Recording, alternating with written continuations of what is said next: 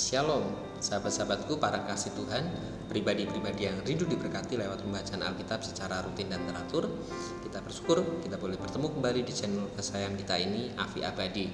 Dan kita masih akan terus melanjutkan program pembacaan Alkitab kita.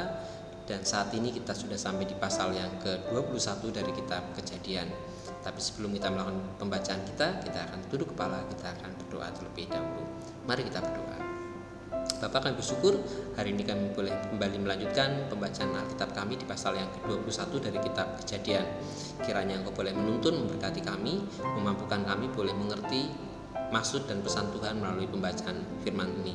Berkatilah setiap kami Tuhan yang membaca, yang mendengarkan, maupun yang menyaksikan tayangan ini. Tuhan memberkati. Di dalam nama Tuhan Yesus Kristus kami berdoa dan mengucap syukur. Amin. Ishak lahir. Tuhan memperhatikan Sarah seperti yang difirmankannya, dan Tuhan melakukan kepada Sarah seperti yang dijanjikannya. Maka mengandunglah Sarah, lalu ia melahirkan seorang anak laki-laki bagi Abraham dalam masa tuanya, pada waktu yang telah ditetapkan sesuai dengan firman Allah kepadanya. Abraham menamai anaknya yang baru lahir itu Ishak, yang dilahirkan Sarah baginya. Kemudian Abraham menyunat Ishak, anaknya itu, ketika berumur 8 hari, seperti yang diperintahkan Allah kepadanya. Adapun Abraham berumur 100 tahun ketika Ishak anaknya lahir baginya. Berkatalah Sarah, Allah telah membuat aku tertawa. Setiap orang yang mendengarnya akan tertawa karena aku. Lagi katanya, siapakah tadinya yang dapat mengatakan kepada Abraham, Sarah menyusui anak? Namun aku telah melahirkan seorang anak laki-laki baginya pada masa tuanya. Abraham mengusir Hagar dan Ismail.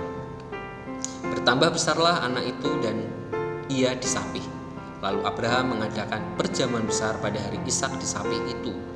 Pada waktu itu Sarah melihat bahwa anak yang dilahirkan Hagar, perempuan Mesir itu bagi Abraham, sedang main dengan Ishak anaknya sendiri. Berkatalah Sarah kepada Abraham, usirlah hamba perempuan itu beserta anaknya, sebab anak hamba ini tidak akan menjadi ahli waris bersama-sama dengan anakku Ishak.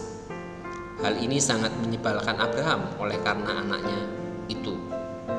Tetapi Allah berfirman kepada Abraham, janganlah sebal hatimu karena hal anak dan budakmu itu. Dalam segala yang dikatakan Sarah kepadamu, haruslah engkau mendengarkannya, sebab yang akan disebut keturunanmu ialah yang berasal dari Ishak. Tetapi keturunan dari hambamu itu juga akan kubuat menjadi suatu bangsa, karena ia pun anakmu. Keesokan harinya pagi-pagi Abraham mengambil roti serta sekirbat air dan memberikannya kepada Hagar. Ia meletakkan itu beserta anaknya di atas bahu Hagar. Kemudian disuruhnyalah perempuan itu pergi. Maka pergilah Hagar dan mengembara di padang gurun Berseba.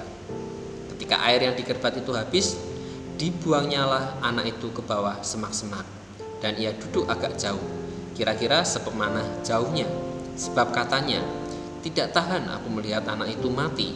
Sedang ia duduk di situ, menangislah ia dengan suara nyaring. Allah mendengar suara anak itu, lalu malaikat Allah berseru dari langit kepada Hagar, katanya kepadanya, apakah yang engkau susahkan Hagar? Janganlah takut, sebab Allah telah mendengar suara anak itu dari tempat ia terbaring. Bangunlah, angkatlah anak itu dan bimbinglah dia, sebab aku akan membuat dia menjadi bangsa yang besar. Lalu Allah membuka mata Hagar sehingga ia melihat sebuah sumur. Ia pergi mengisi kirbatnya dengan air, kemudian diberinya anak itu minum. Allah menyertai anak itu sehingga ia bertambah besar. Ia menetap di padang gurun dan menjadi seorang pemanah.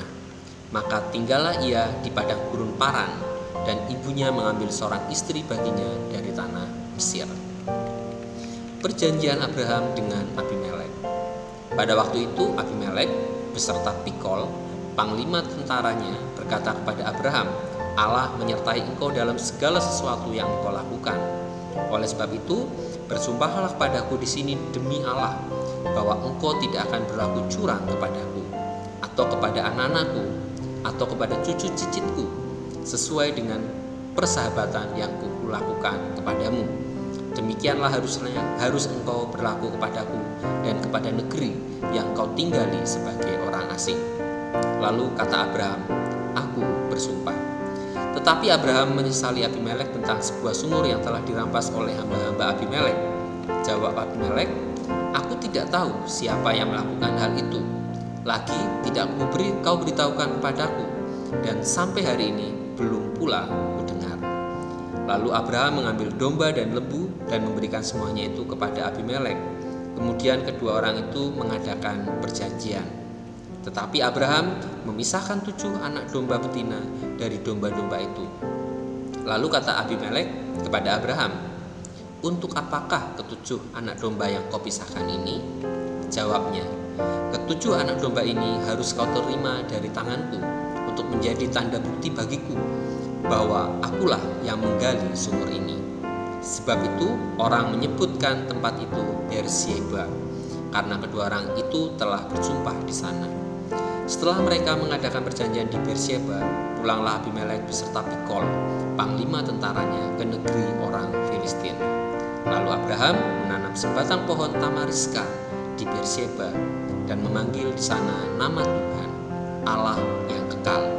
Dan masih lama Abraham tinggal sebagai orang asing di negeri orang Filistin. Amin. Puji Tuhan, kita sudah menyelesaikan program bacaan kita di pasal yang ke-21 dari kitab Kejadian ini.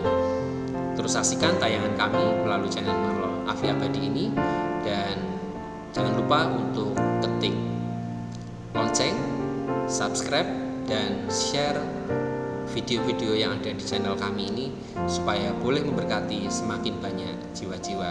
Terima kasih, Tuhan Yesus memberkati.